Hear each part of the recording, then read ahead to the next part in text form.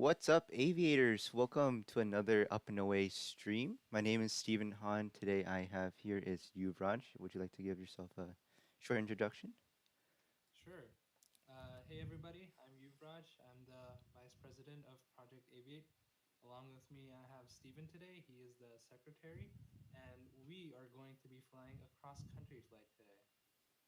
Yes, you heard it right. We are flying a full cross country, and as you see on the title, it says last Up and Away session, which unfortunately got cut out a bit. But Yuvraj will talk about the why it's our last Up and Away session. So I'm going to switch it Yeah. to the next slide here and take it away.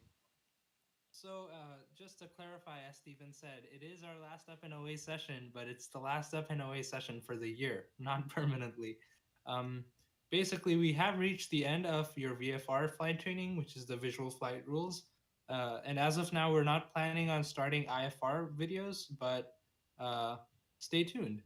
We plan on restarting Up and Away with updated content to our lessons.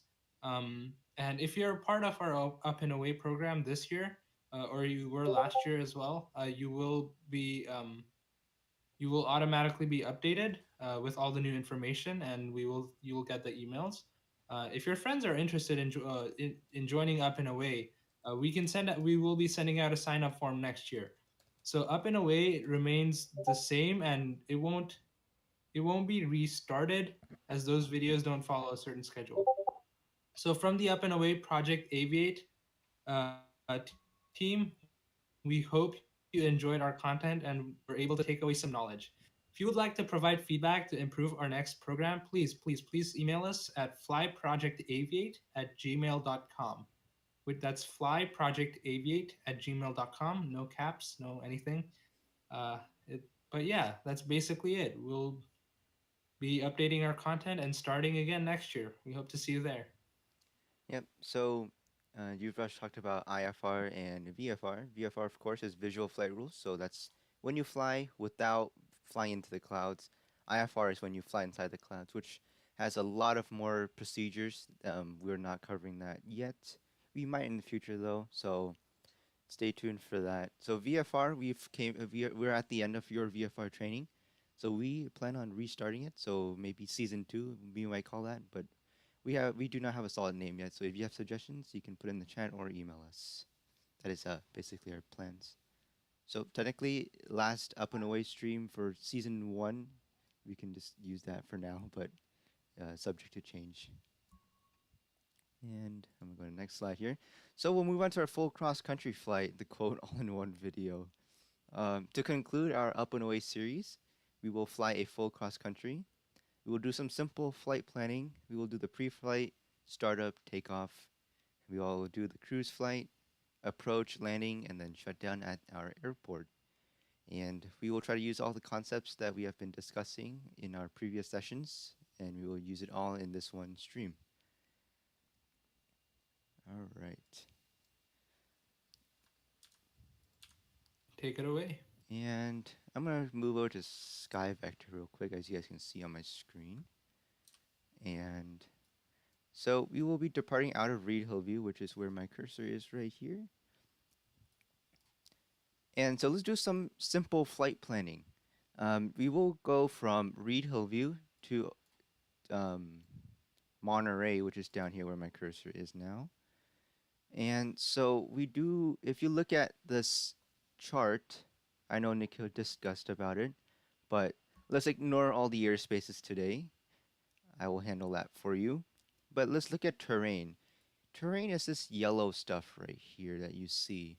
The green is just flat land, blue is of course is water, but terrain is this yellow stuff, and then you can see numbers next to it. That's how tall that they are. MSL, which is above sea level. So to pick good points for a cross country, you would want to pick visual points, points that you can see outside because you are VFR pilot. And so you want to go from Reed Hill View. And our first point, maybe we will go to, let's say, San Martin, because it's an airport. You will see it from the air, and there's Highway 101. So those are good points to pick, because as a VFR pilot, you want to follow like stuff you can see outside. There's also GPS waypoints, but we're not going to cover that today. GPS waypoints are like this hence intersection right here. Kathy up here, Karn. So these are just intersections. You can put them in your GPS. They will recognize it and they will know where they are. You can put those as waypoints too, but today we'll just use airports. That makes it a lot easier. So we'll go from Reedville to San Martin, and then we will go to Salinas, which is down here, and then we'll fly direct to um, Watsonville, or correction, um, Monterey. Sorry. So we'll just do this little path right here. I don't think I can enter in a flight path, can I? Oh, I You can. can. I You can. can. I found it. Open the flight plan at the top left. Yeah, I found it. Thank you. Hmm?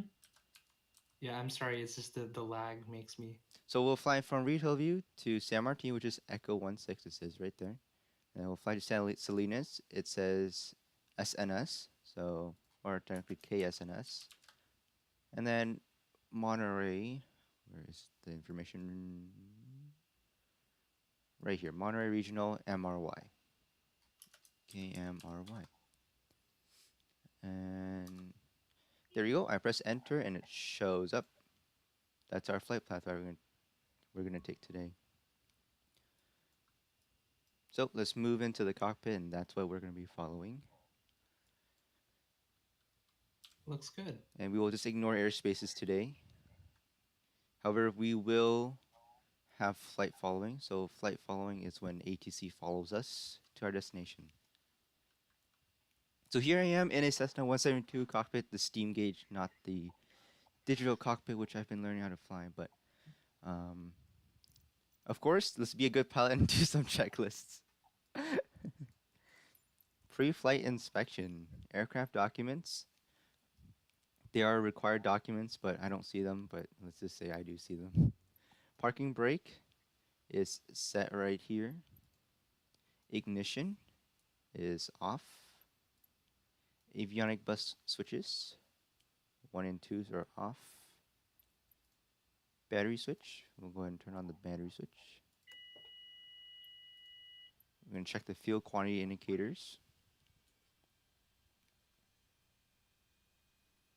Both show 19 and 19. That's enough fuel. We burn approximately 10 gallons an hour. Look for the annunciator of low fuel. It's off, so it is off. Avionic bus switches, 1. Turn it on to listen for the fan. Got it. Go turn on the other one. Got it. And I know it might be a little quiet here. I'm going to turn up.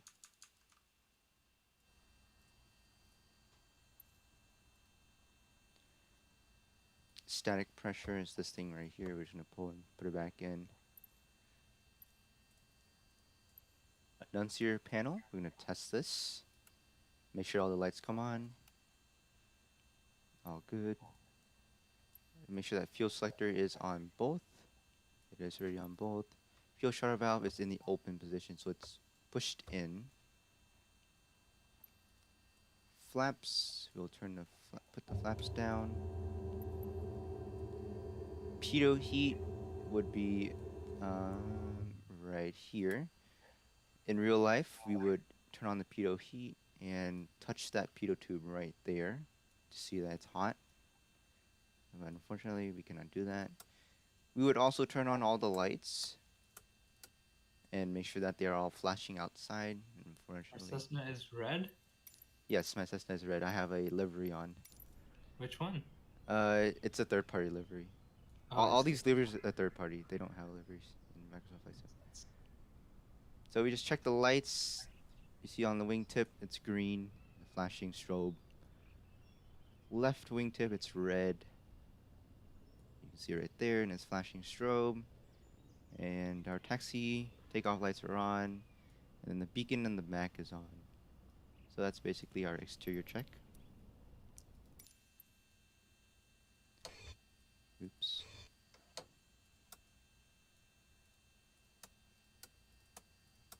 Yeah, I have other liveries. They have like other colors too. They have green, blue, Wow. lime green. That's Although a, I think this would look the best. I would Although say so. the G1000 actually has a nice blue and white one, but Blue and unfortunately, white. yeah, Wow.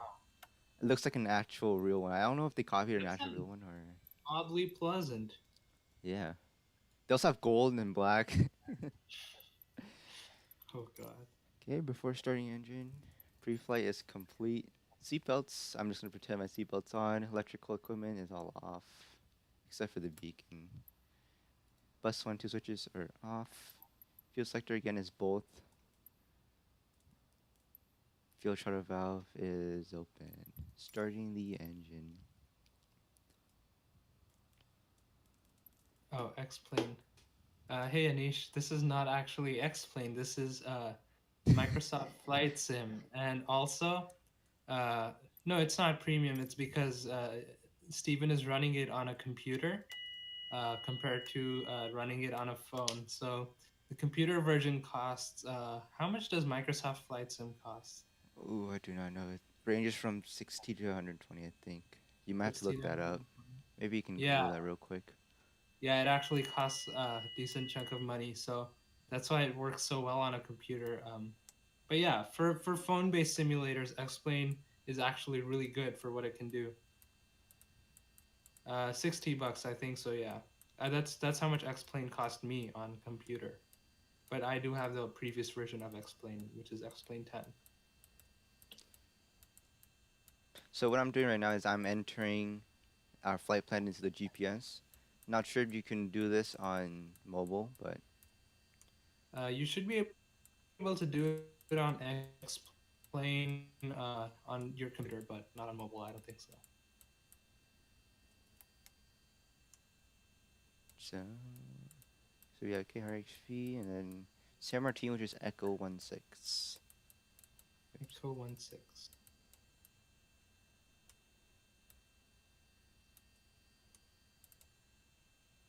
Enter. And our next one would be Salinas, so KSNS. Kilo Sierra Nevada Sierra Nevada. November. Did I just make that up? Yes. Great. Nevada. Coming up with my own iCal code. So you've taken the ground class at aerodynamics, is that correct? That's right. Yeah. Maybe you can talk about your experience there, what you Sure. learned. It was quite a while ago. I actually took it in eighth grade. Um, it was really fun because I got to learn from the very beginning of aircraft systems, and it was about things that are not specific to one plane, but systems on all aircraft and rules when you go flying and other aspects of flying. Anything that has to do with flying and that wasn't specific to one aircraft. Basically, I learned about health. I learned about laws that have to do with flying. Airspace classes. I learned about flight planning using an E6B computer, which is a little steel thing that you'll use for flight training and then Oh, I never again. hate that thing. I know, right? But yeah, it was very interesting. But aerodynamic, actually, they have a workshop in the back because they're an FBO. So every now and then, I'd get to go in the back room and like look at the cool stuff they were working on. Then they had like airplanes taken apart and whatnot. It was super cool. And I definitely recommend it. It was a little bit expensive, but if you want to get into aviation, like I definitely recommend you like take the course and see what kind of stuff you have to deal with. So a ground class basically guarantees you knowledge for the written test. Did you ever Hmm. take the written test?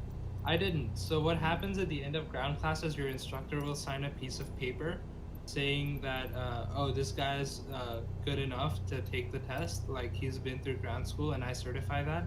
So I got that piece of paper, and then I wasn't really going to go. I wasn't planning on doing flight training further on because I wasn't sure if I even wanted to be a pilot. So I didn't actually go on with it. So I just paused it there, but it was still really cool. And then now I know what it's like, and if I'm interested, so perhaps in college I'll get my license. Altimeter tree, 0.37. So you should definitely check it Visual out if you runway have tree an 1 interest in left and aviation visual at all. runway tree 1 right in use. Landing and departing runway tree 1 left and runway tree 1 right. Steven, on the other VSR hand, has his aircraft, say license already. direction He of has flight. gone full in. All aircraft read back hold short instructions.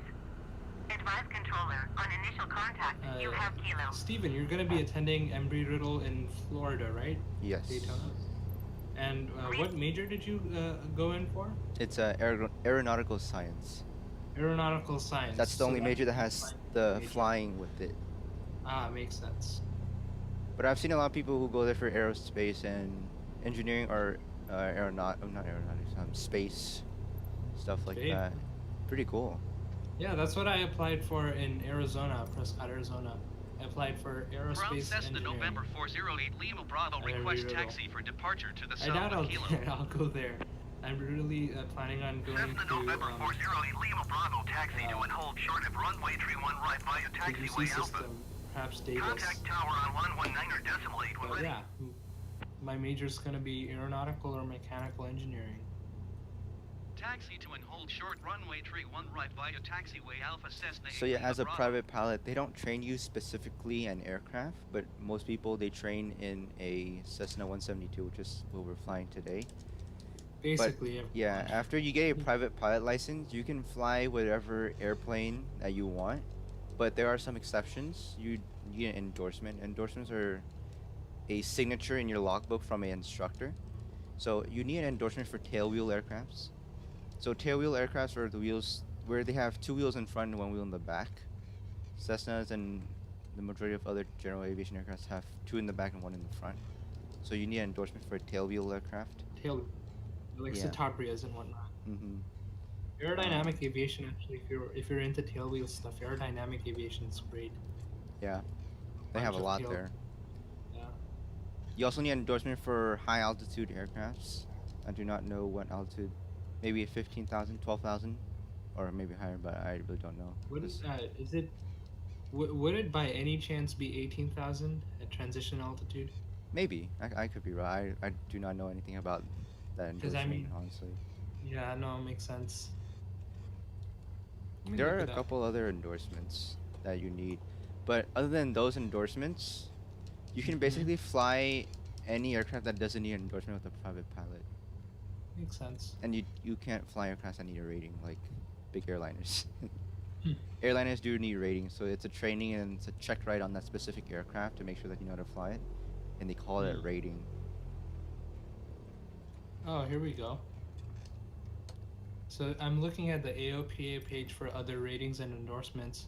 So let me go through the list really quick, if that's cool. Sure.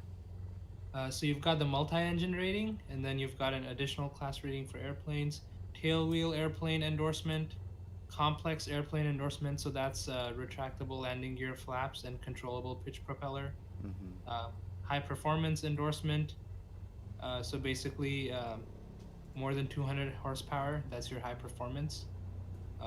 High altitude endorsement, so is defined as a pressurized aircraft that has a service ceiling of maximum operating altitude, which is lower, comma, above 25,000 feet MSL. So if your plane's pressurized and can go to 25,000 Mhm. feet, it's high altitude. And then you've got a glider endorsement, so that's basically Oh it. yeah. Would you ever fly gliders? Me? That's a little iffy. Not having the engine part scares me. So if you guys don't know what a glider is, it doesn't have an engine. It glides. So yeah, they literally, the way they put it up in the air is there's another plane, and they tow the glider up with a rope, and then once they're flying at a high enough altitude with enough speed, the tow plane, which does have an engine, Dips. well, not the tow plane, the glider. Yeah, the glider hits a button and releases the rope, and then the tow plane dips. And then you're left alone without an engine soaring. It's actually very safe. It's not just a falling from the sky thing. but it can be scary at first. Yeah. I don't know if I would get the endorsement or anything, but I definitely want to go glider flying at least once. I want to go skydiving. They have skydiving at Watsonville. I don't know if I would trust skydiving at You rather Watsonville. trust a glider than skydiving? Yeah, because glider, I mean, you're still flying. A skydiving, you're literally falling from the sky. I mean, Like, imagine if your parachute is not like wrapped up correctly and it doesn't open well, right. that's all you have to. I know.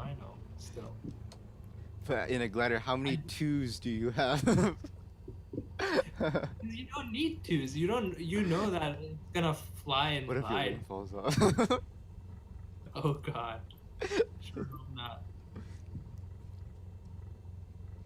Yeah, I don't know. Personally, I trust gliders more than parachutes, but opinions may differ.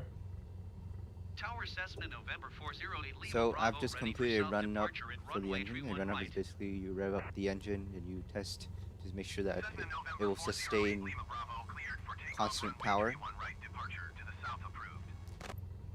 It's not gonna sputter and die immediately as you Yes. push in the Cleared for throttle. takeoff runway 31 right Cessna 8 Lima Bravo. Although, so before you take off, you do a pre-flight briefing for the passenger, but I'm not doing the passenger. But there is a pre-flight briefing for pilot. Um, all pilots have to do this, but in those system, I don't really have to. But I'll just show you guys what the flow goes like. So, for a takeoff briefing, you would say if you have an engine failure before rotate. So before you pull up the aircraft, if you have an engine failure before rotate, use full brakes, throttle out. You pull the mixture out to shut off the engine, and fuel shutoff valve out, and ignition off, master switch off. If you get an engine failure after rotate, but you still have usable runway, pitch the nose down, land the plane, and then shut off the engine. So throttle off, mixture out, fuel shutoff valve out, and ignition off. If you get an engine failure after rotate and you don't have usable runway, if you're below 1,000 feet, find anything plus or minus 30 degrees in front of you to land. So in this case, we have Capitol Expressway, Highway 101, or Highway 280, and you would fly there and land on the highway. You would also shut off your engines, throttle out, mixture out, fuel shutoff valve out, and ignition off. If you're above 1,000 feet, you would try to restart the engine. So mixture full rich, and fuel pump on, which is this little switch right here. And hopefully your engine restarts. If it doesn't, you find a place to land. That is basically a pre-takeoff briefing for emergencies. Of course, we'd also brief our destination, so we're going to fly to Monterey, which is a southbound departure. I'm going to take off here now. Runway 31 right.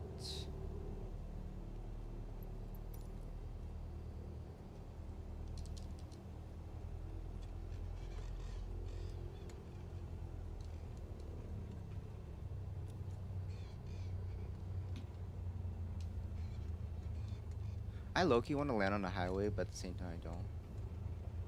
You should do it after we finish the cross country. No, in real life. Oh, oh God. Like, part of me wants to land on the highway, but the other part doesn't want an engine failure. That's basically That's it. true. That's true. Engine screen, You're just now starting the takeoff roll for me. yeah, I just lifted off though. Don't worry about me moving side to side. It's me So being you too are hard on the flying. rudders. You are flying with an Xbox controller, right? So that's Yeah. not gonna help the rudder yaw. Yes. Currently, I'm using an Xbox controller because I haven't been able to get use joysticks. Hopefully, I'll be able to get one. So currently, I'm using live weather. So whatever the weather outside is right now, it's currently what we're experiencing in the cockpit. Tower Cessna November 408 Lima Bravo continue for self-departure. Continue for south departure. I will contact you next when you leave my airspace. Wow. So we're gonna climb to 5,500. Man, it actually feels weird to use the six-pack after using the G1000. That's, I don't know why it feels weird.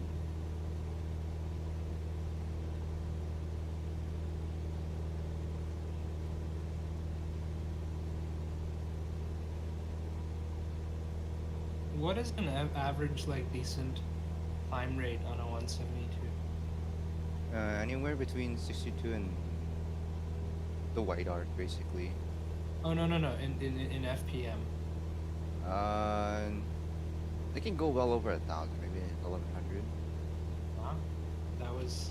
I would assume that for like a 172, it would kind of, like on average, it would. But if you go 1,000, you might start losing airspeed. Makes sense. If you want to hold a constant airspeed, I think 600 to 700. Okay, yeah, I was right. Yeah, I did assume that on average it would be like 600-700. But So sometimes what when we- you're like fast and you want to pull up, Uh-huh. your airspeed Oh, drops. that But is before it true. drops to stall speed, you're gonna get like 1,000 feet per Yeah, minute. makes sense, makes sense. Yeah, so what me and Steven are talking about is the climb rate of a This- Cessna this 172 right feet here. per minute. Yeah. So on the screen, he's probably zoomed into Yeah, the around vertical 600 to 700. And we're Mhm. climbing at an airspeed of approximately, oh, we're speeding up, but normally you want to climb around 62. 62 is VX. Oh, Yeah. There's two VX and VYs. VY is 74, VX is 62. hmm. One of them's best rate of climb, the other one's best angle of climb. I keep forgetting which one they are. Best rate of climb. Maybe it's VX62 is best rate of climb. Best angle is 74. 74? What do you mean by best angle? 74 seems wrong. It's best angle. Lima Bravo, you are leaving my airspace. Frequency change approved. Alright. Best angle is like you Tower cover Cessna November Can be 408, Lima Bravo, you cover the frequency most change. distance while climbing as much as possible. Because if you climb too Right. fast, you're going slower over the ground. Uh-huh. So it's like the balance of both. Right. But is it actually 74 degrees? No, 74 airspeed. 74 knots. Okay, that makes 62 sense. knots for VX and 74 knots for VY. I thought you said 74 degrees. No. I was like, what kind of F-16 things are you pulling up? I was really concerned for a moment there. So what I'm 74. gonna do NorCal is approach I'm gonna Cessna request November 408, flight Lima following. Bravo is type Cessna Skyhawk 2 miles southeast of Reed Hillview. One? Flight following is Request flight when following. ATC follows you along to your Cessna November destination. 408, Lima Bravo, NorCal approach. Squawk 4215. Cessna 8 Lima Bravo radar contact 3 miles southeast of Reed Hillview, 3,300 feet. Altimeter tree 0.35.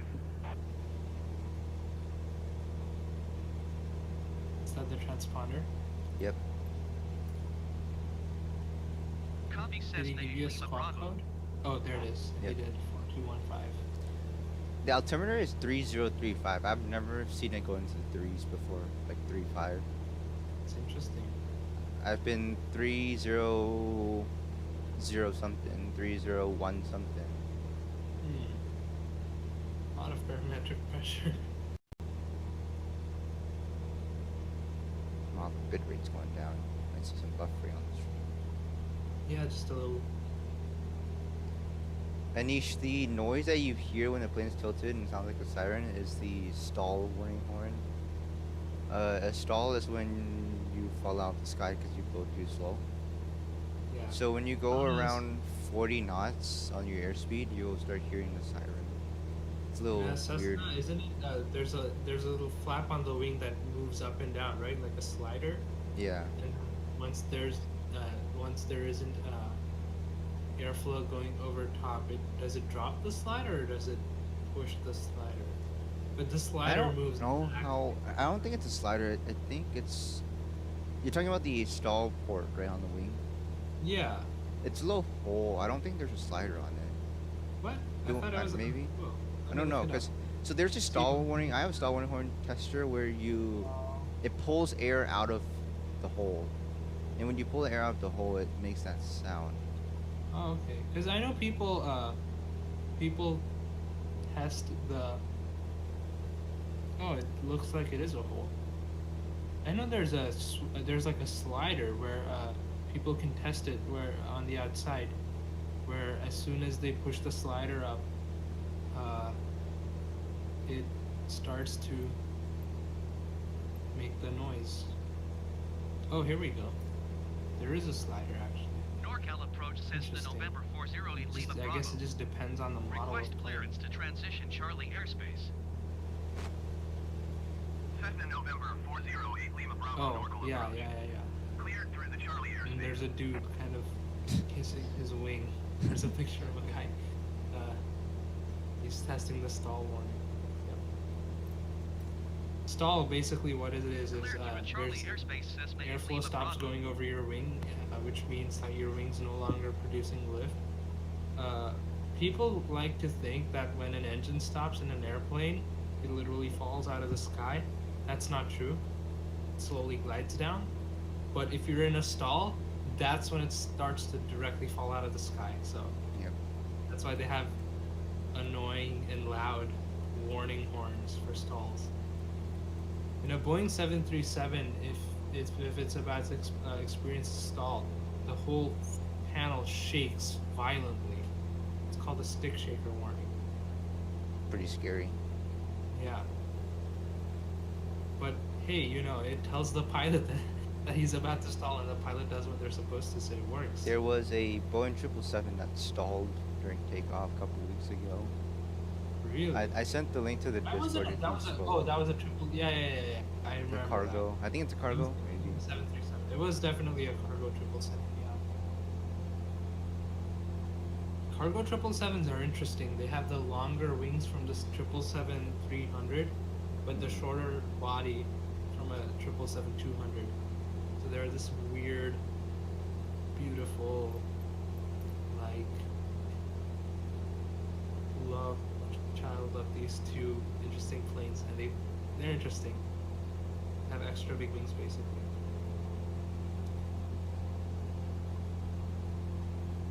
So On Airbus currently, aircraft, oh, go ahead. on Airbus aircraft, the stall warnings they shout at you, stall, stall, stall. Yeah, you were saying? And and the little side stick doesn't shake, right, on Airbus. Yeah, I don't think it does, no. But the yoke on Boeing aircraft will like violently vibrate and shudder and make a lot of noise.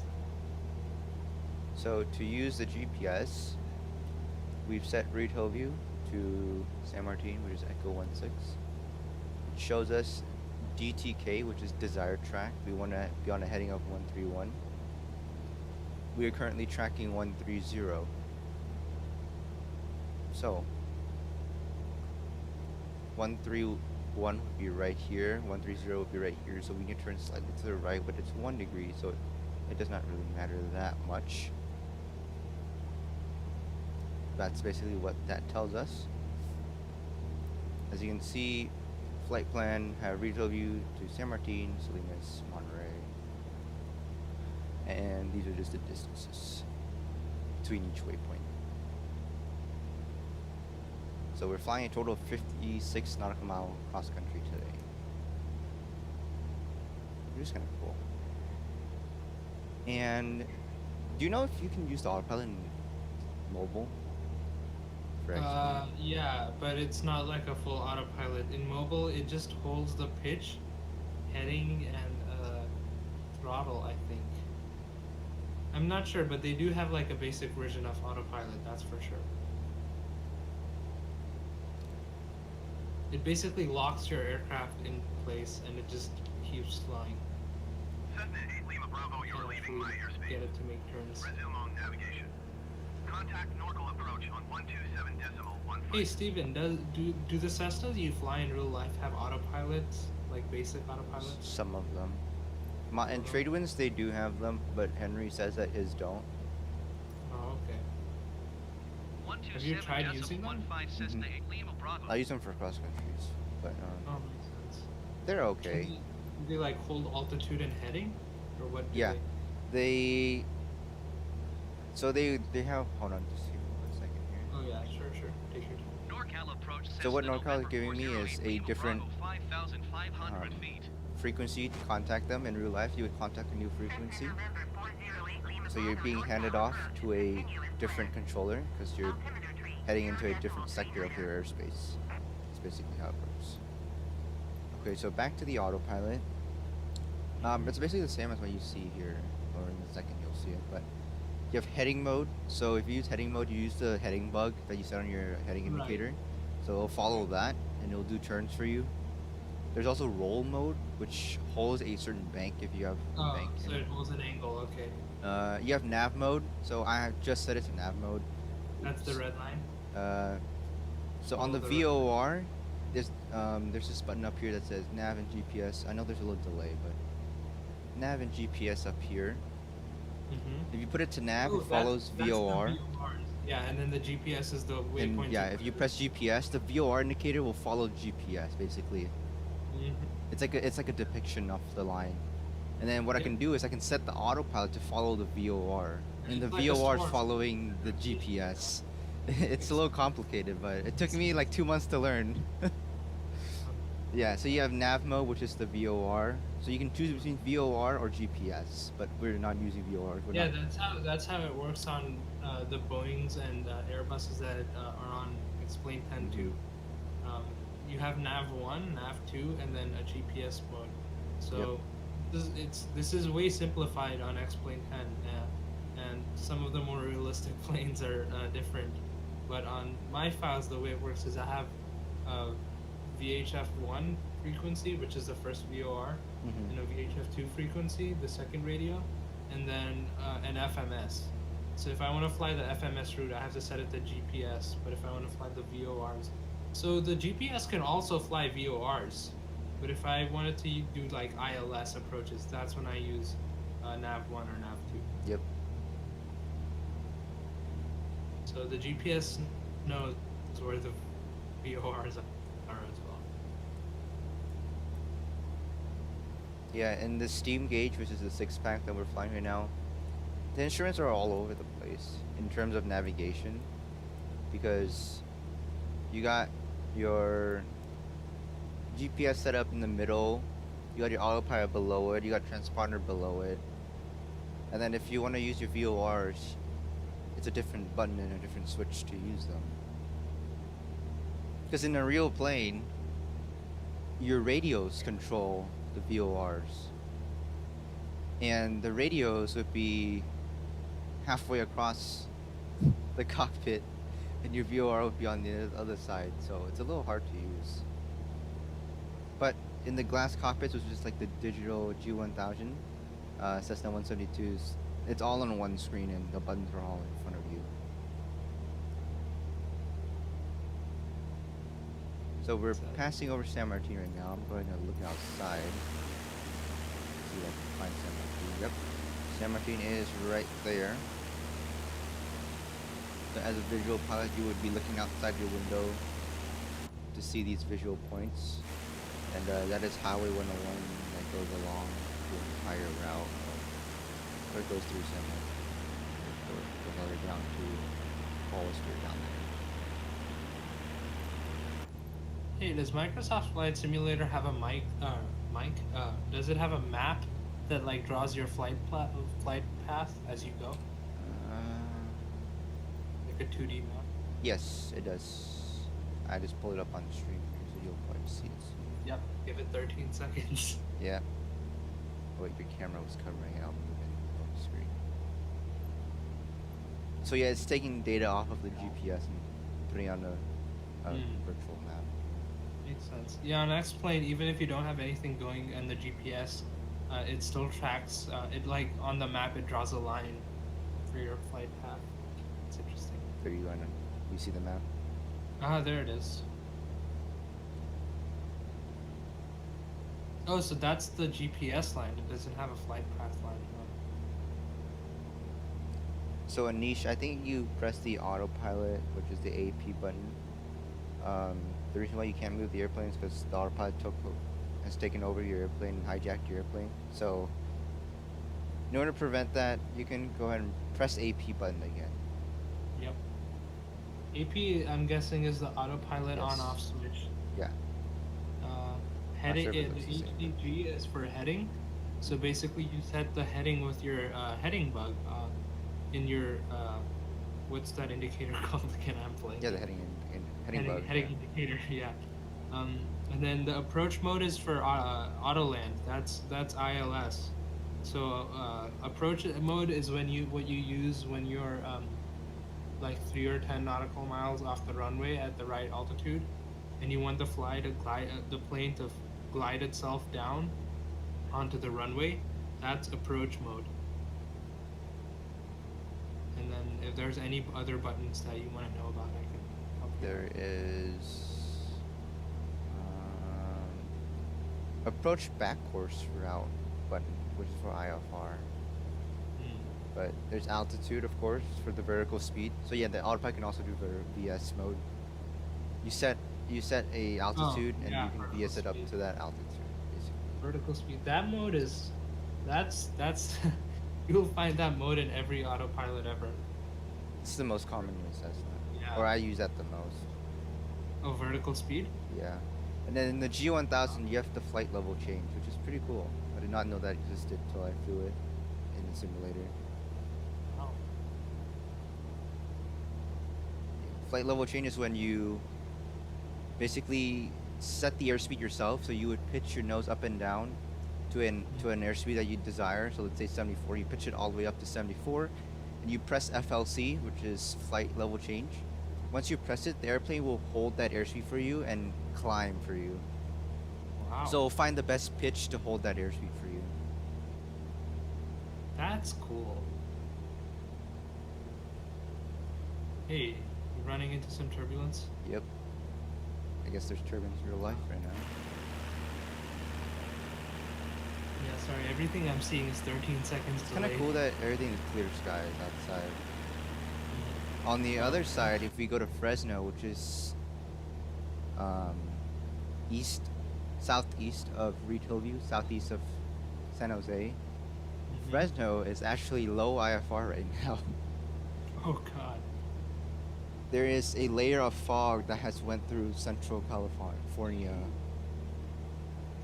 Their RVR is like 3,200, I think, or 1,300. Oh, I don't know. It's either 3,200 or 1,300. I don't know. Maybe I can look that up right Oh, now. and you said something. Even if I click the autopilot again, it's not turning off. That is concerning. So if you click the autopilot off, you should have control. Try hitting the heading or bank button. I don't know if you have a bank button, but if it's Or not you bank, could try restarting the sim. yeah, If you don't want to troubleshoot it, you can restart the sim. restart it, yeah. I'm sure there's a way to turn it off. It's just it would be a lot easier if I was looking at your screen right now. Going to 124.525 Cessna 8 Lima Bravo. Okay, look, Fresno is IFR now, not no longer. Oh, it's VFR now, or marginal VFR. Mm. But Madeira, which is north of it, 5 miles north of it, it's still low visibility, light rain, fog, vertical visibility of 200 feet, visibility 1/4 of a mile. Right. So we're flying down to where again? We are now on a route from San Martin to Salinas. Salinas. So to do some quick math on when to descent, we are at 5,500. Mm-hmm. So we convert that to 5.5. Mhm. You times that by either 3 or 4, depending on your airspeed, you can November 40 descend Lima that. Bravo Norcal approach. So if I put that at 3, we have to 20. descend that around 16.5 miles, Yeah. If you did which 4, is 654. 4 miles away from Salinas is where I have to descend. Because from Salinas to Monterey, it's 12 miles. So 16 Oh. minus 2, 16 minus 12 is 4. So 4 miles before I reach Salinas is when I have to start descending. makes sense. And so right here it shows the distance remaining. So when that shows 4, I would start descending. And so when you do the 5.5 times 3 or times 4, it depends on your descent airspeed, your ground speed, basically. Hmm. Just some quick math just for reference. Cessna 8 Lima Bravo contact Norcal approach on 133.0. I'm being handed off a lot today. 133.0 Cessna 8 Lima Bravo. Fun stuff.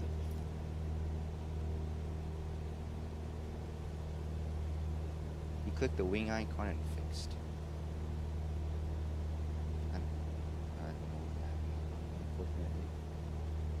It's all good. I'm glad it fixed. NorCal And approach fly. Cessna November 408 Lima Bravo 5,500 feet. The wing icon. The wing icon. That's probably your bank. Yeah, that makes sense.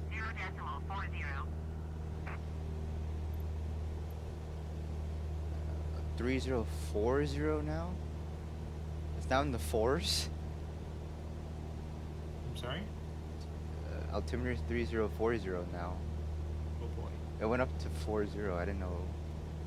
It's my first time flying in 40. Way too high. Pressure is being weird.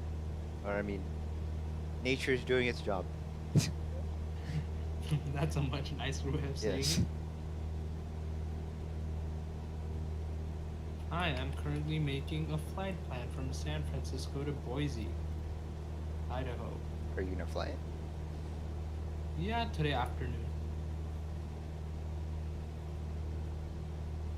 Let's see, which departure do I want? Santana 2 is my favorite departure. It gives you amazing views of San Francisco when you're departing. Like, literally the best. I haven't practiced any departures yet. I only practice arrivals. They're not too hard. You just fly waypoints. They're easier than arrival, let's say.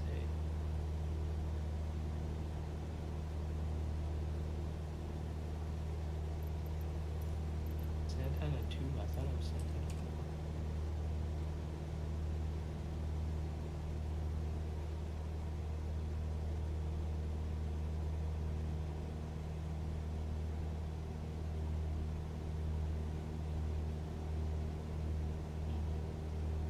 San Francisco has some very fascinating departure procedures. Pretty cool names too. Yeah, honestly.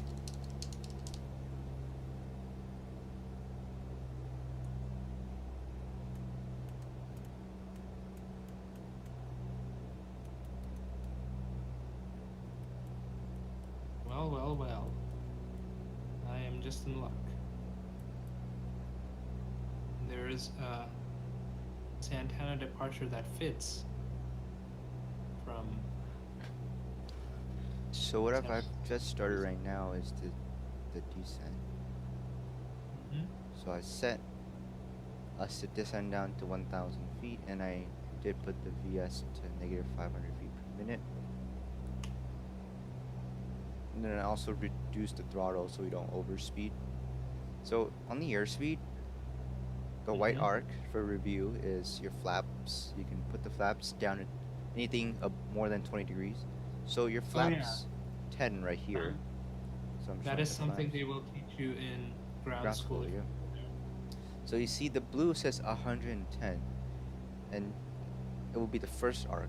So first, which is 10 degrees. You have to be below 110 to use the first arc of flaps, which is 10 degrees of flaps. It says 85, which is the second and third, which is 20 and 30 degrees. So if you need 20 and 30 degrees of flaps, you would have to be 85 or slower, which is depicted on the airspeed indicator. Airspeed 85 or lower, right here. That's your 20 degrees. It does not depict your 110, which is what the heck? 100, 80, 90, 100, 110 right here. Wait, Weird stuff going on. 30. Oh, these are by fives. 105, Oh, boy. 110. Okay, yeah, 110 is right here. I don't think it does in real life. They just show you the big arcs, but then it shows you the fives now. Like, oh, yeah, 110 is right here. And of course, to verify, we're going down 500 feet per minute right here. 500 feet. Oh, would you 1,000 look at that? feet. There's a waypoint on the Boise arrival called Princess. Really? Yeah, PRNCS. I love fascinating waypoint names. It goes Nero, Princess, Pellet, Sado, Murphy, Prison, Prison, Swan, APs, Dicac,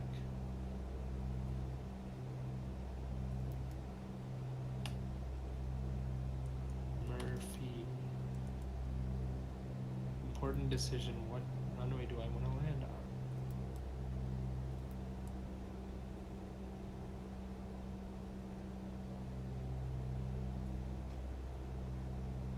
We'll do a full turn. Prison.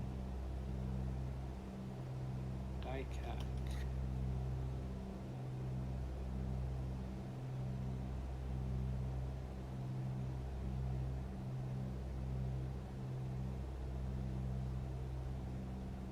And airport in sight. There it is. Got a little lights, the approach lights.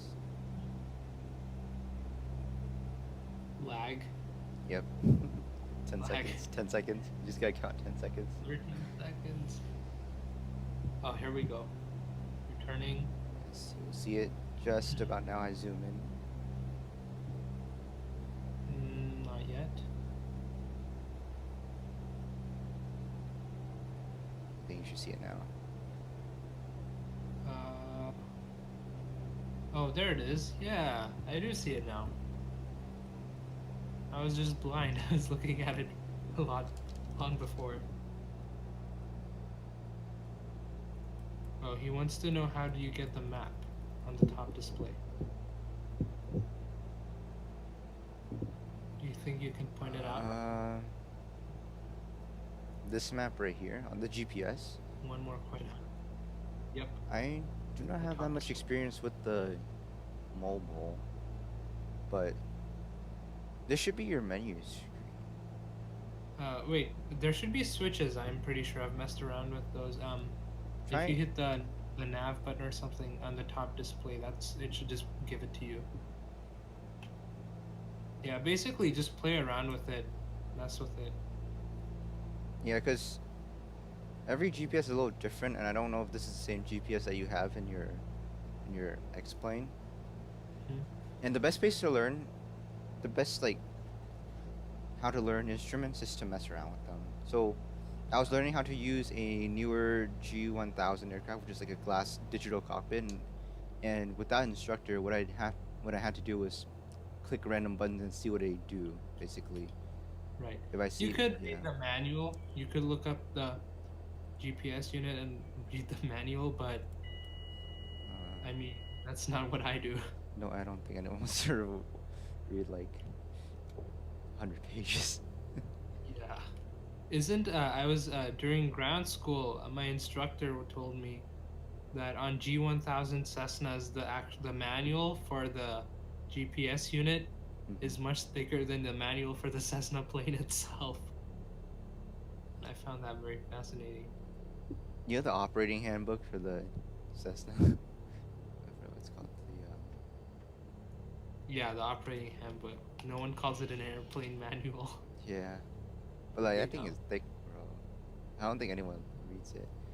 Okay, so I think we went to the wrong airport. That was Marina, and should have followed my GPS, not disconnect my autopilot. But I'm just gonna continue a bit more. I'll level off here 2,000. Man, I have a weird looking flight plan. Okay, maybe I should turn this back on. Oh, nav.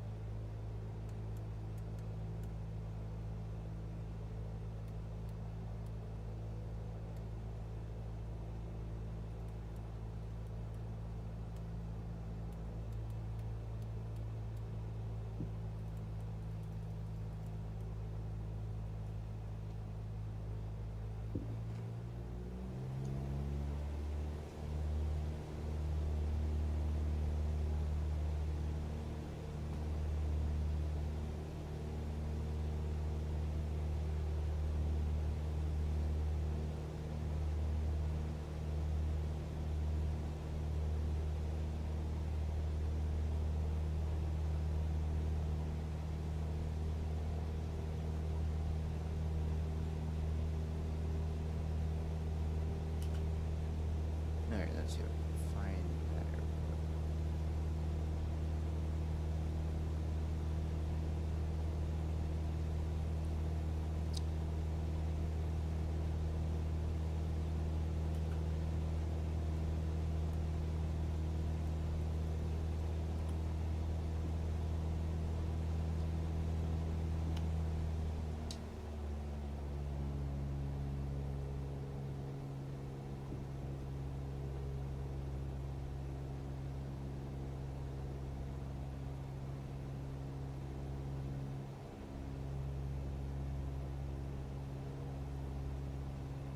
And explain, I think you can put failures on, right, when you fly.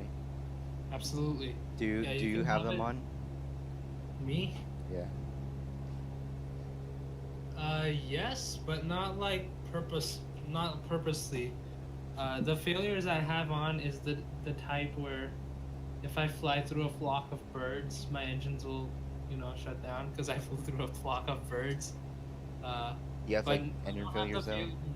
you can actually set it up so that the failures will purposely take place. Like you can set it up so that maybe one of your landing gears will collapse during landing, stuff like that. You can, like Or test engine emergencies. failure before V1. Yeah, basically. You can have like instruments fail, or you can fill the cockpit with smoke. And this is on X-Plane 10, which is like a previous generation flight sim. But Envoy yeah, you can totally 4059 is inbound to Monterey. Are they landing on envoy. the other runway on the other side? Let me Oh, check. Flight radar 24. okay. I'll just follow them and make the other runway then. So they go in the other direction. Envoy Italy 4059. 4059. It's probably already landed in real life, but I'm gonna check flight aware. Yeah, and you should in real life Launch. during training, my instructor would just pull the throttle out, simulate an engine failure. But if you're flying a multi-engine, so if you have more than one engine, they would have to shut down one of your engines, and you have to restart in flight. Envoy 4959 is going to Monterey, not Salinas. Yeah, we are landing at Monterey right now. Oh, okay. Makes sense. Which runway did he land from? Did he come in from the north? No, he came in from the southeast and just straight approach. No pattern, Which nothing. runway? I'm not sure the runway's at Monterey. Let me look it up. Monterey Airport. Maybe we'll do a circle to land then. So I'm just gonna circle above the airport and land. Buzz the tower. Time to buzz the tower. So, Envoy landed at 28 left. Okay. Okay, well this thing, it put it on the other side then. Opposite of 28 left. It did? Yeah. Oh. There's also a smaller GA runway to the right of it, right? 28 right, I Yep, think. 28 right. Yeah, yeah, Yeah. yeah. When I went here for a cross country, I landed on 28 right. You didn't get to land on the big boy No, runway? I think someone else was landing on it. That's a move. The citation, someone big that could not land on the other runway, but it was fine. Oh yeah, they have a little ramp on the other side for general aviation.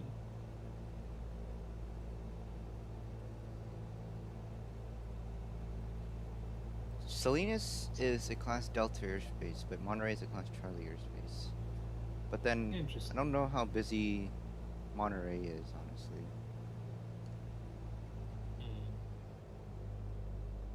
So I've joined a left downwind, runway 28 left.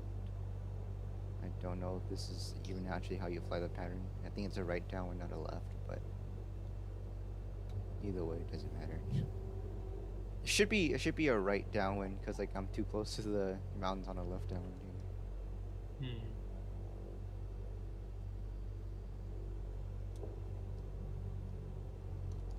My computer is heating up all of a sudden. Your computer? Yeah.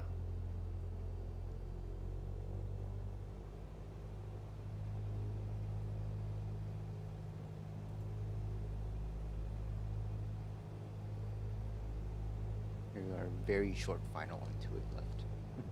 You're making the turn right now for me. Yeah.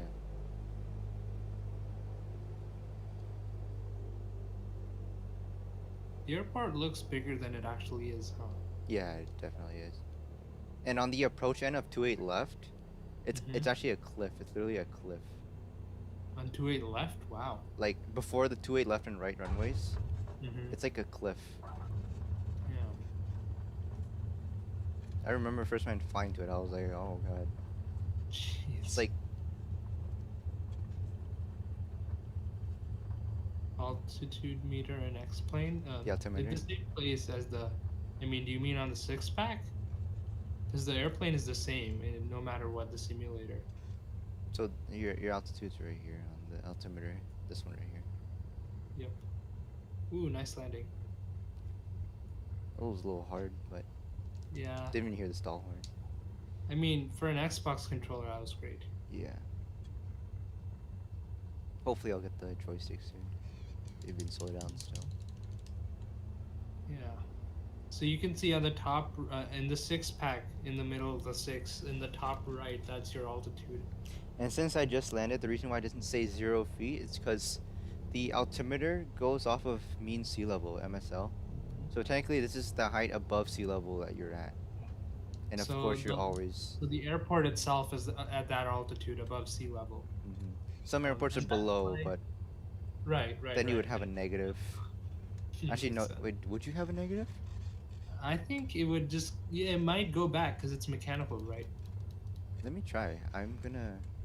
Yeah, I think it would go back. I think it would go back. Um, Bigger airliners, they also have radio altimeters, so that those measure their distance from the ground and not from mean sea level. So basically, if you're getting too close to the ground in an airliner, it'll tell you that you're getting too close because it has a radio altimeter. And they also use the radio altimeter when landing for callouts. So as bigger airliners, as they come in to land on the runway, they get callouts in the cockpit.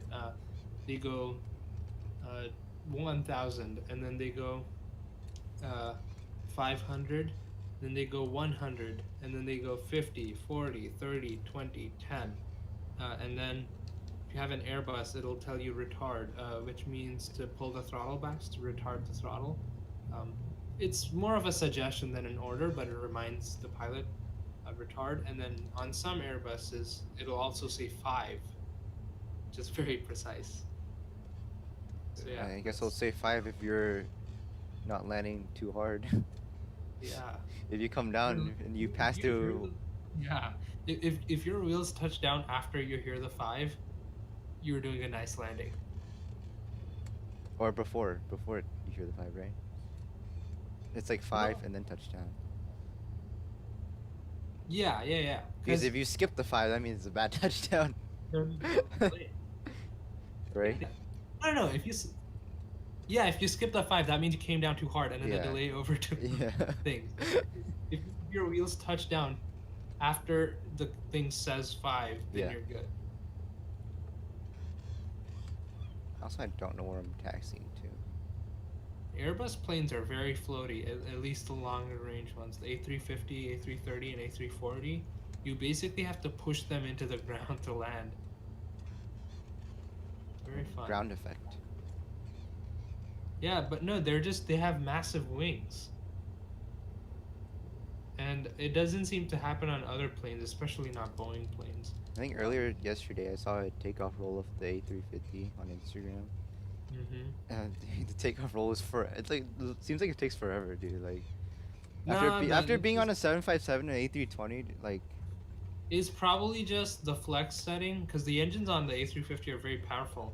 But they don't, yeah, they would just don't push them all the way. So if they had like full length runway takeoff. yeah, fuel efficiency.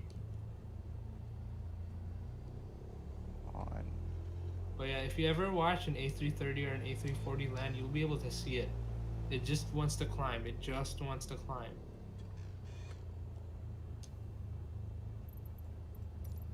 They're very vanilla planes, though, if you ask me, the A340 and 30. Like, if you tell someone to draw a plane, they'll draw you an A330.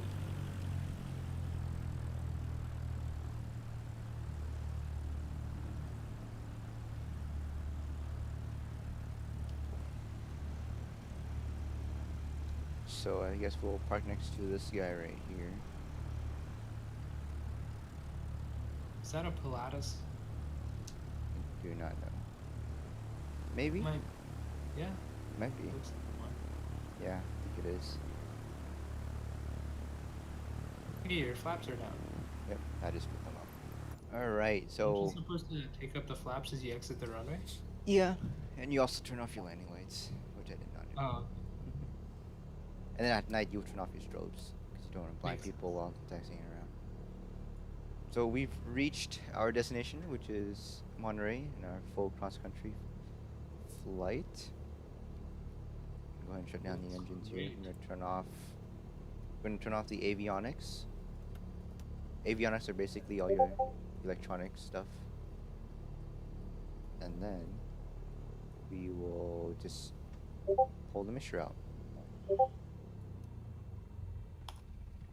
and boom, engine shuts off.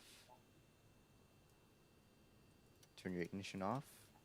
Remember to turn your ignition off because in real life, if you don't turn your ignition off and you have these Oh master no. switches on Oh and you no. go outside and you touch the propeller, you touch the props and you start yanking People have them, lost arms. you will lose a hand or People have fingers. lost arms. Yeah, you will lose an arm. You lose half your arm. So always I turn off the used to. I magnetors. was one time I was volunteering at an EAA rally and was talking to the air marshaler there, and apparently his friend lost. He was wearing a very heavy and padded leather jacket, Mm-hmm. and someone had left the magnetos on. Mm-hmm. Um, and he lost a sleeve off of his very thick leather jacket, and it protected his arm, thankfully, but he lost a sleeve. That was intense. The air marshaler was telling me about how to do that.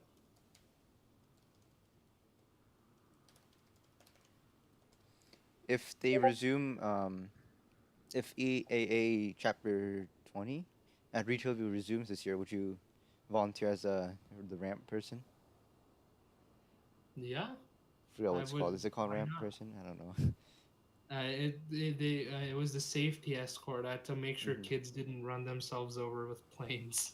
I mean, if they do have it, I'll see you there. I'll be flying Perhaps, it. yeah. I'll definitely be flying it.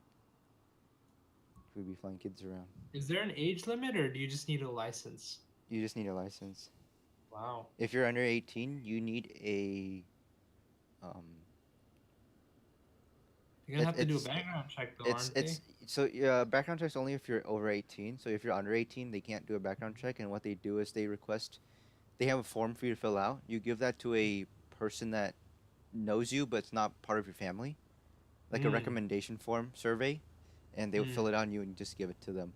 Which I did for Cool. last year and they accepted, but I wasn't able to fly because of COVID. Ah, cool. Yeah, makes But sense. next year I'll be 18, so I'll just do the background check and I'll be able to fly.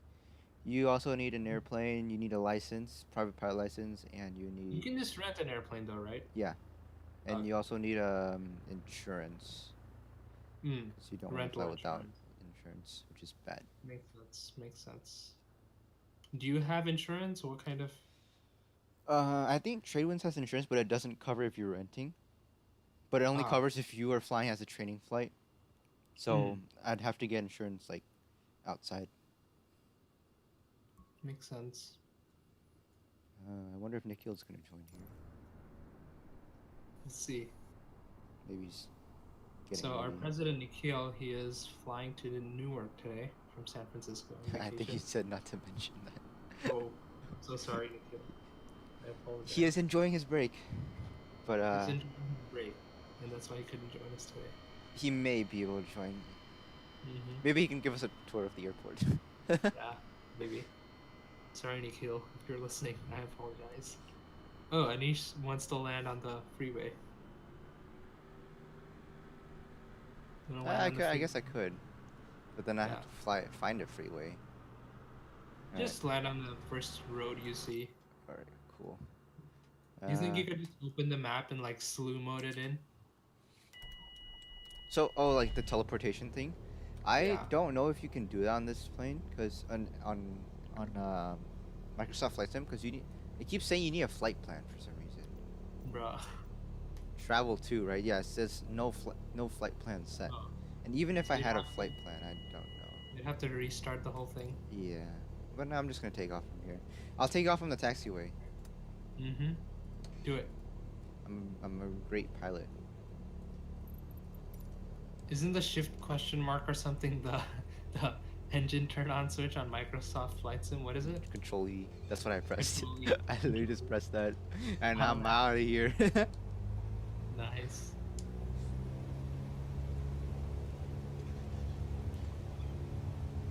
Have you pushed in the throttle yet? I don't know. The lag can't tell. I have now.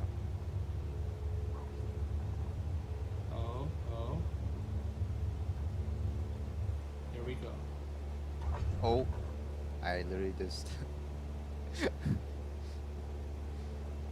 Oh, quick question. How do the controls work for this from an Xbox controller? It's just your left joystick.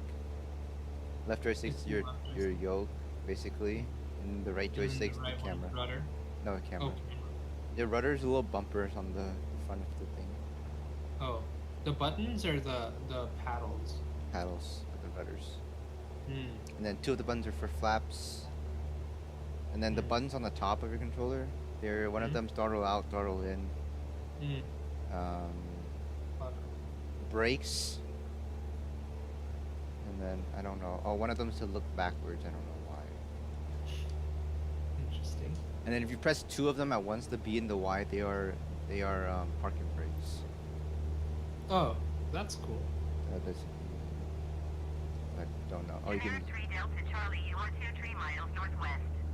Do that. Climb and maintain 6,600 feet. Expect vectors, visual runway 28 left approach. My trim is all the way down.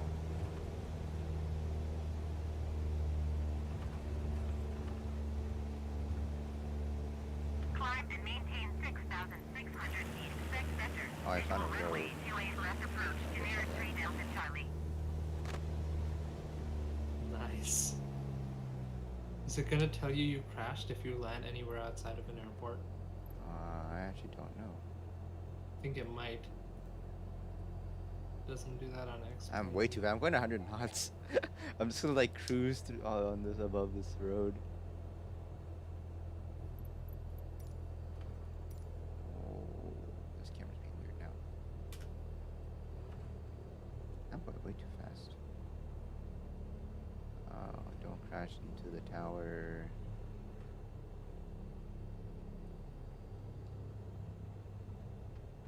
Gently lowered it.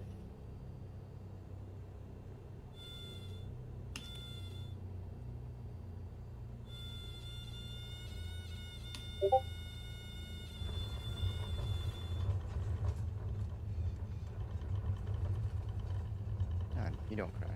Ooh, man. Although you might bust a few cars and slice them in half, but Chop up some street lamps. yeah, they're going the wrong way, but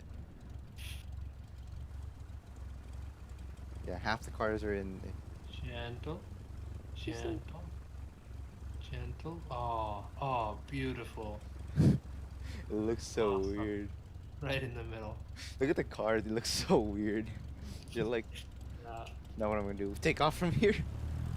Yeah, Microsoft Flight Sim was designed to look good from, flying The above air. as opposed to, yeah. Does it stand up to getting close? X-Plane is the other way around. You can land on the street and you see every little detail, but it's not the best looking thing from the sky. Yep.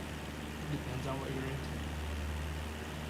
Manish, thanks for joining our stream. Charlie, please you. expedite your And climb to I don't think Nikhil's gonna 6,600 join. feet. Did he say? Yeah.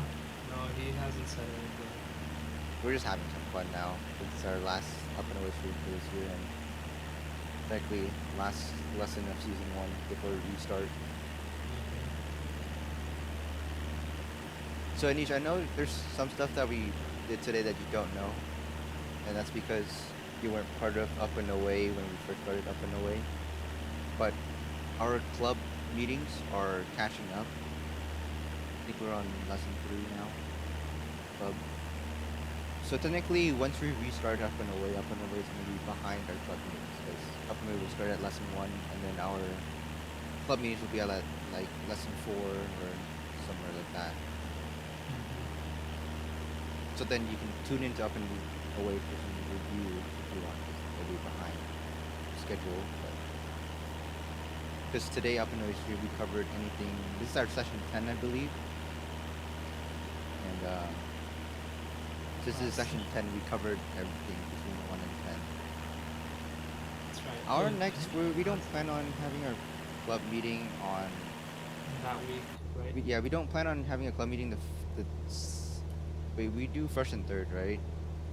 Yep. We don't plan on doing the first week on January because it's just when school starts. So we'll do the third Tuesday of January, which is I don't know when it is. I'll pull it on my calendar.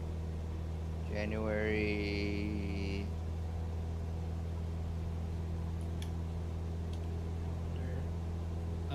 Tuesday. It's the 5th, 13th, right?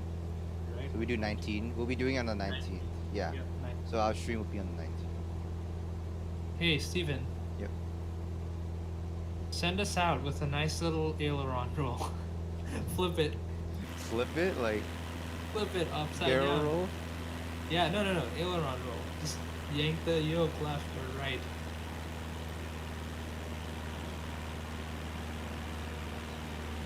I think it's gonna say. I think it's gonna say like I broke the plane or something. Oh, I just did it. Oh. Oh, you just see a delay on the screen. Okay. Yeah, 13 seconds. First time look, I see it trying something. External. I just didn't want to do loud.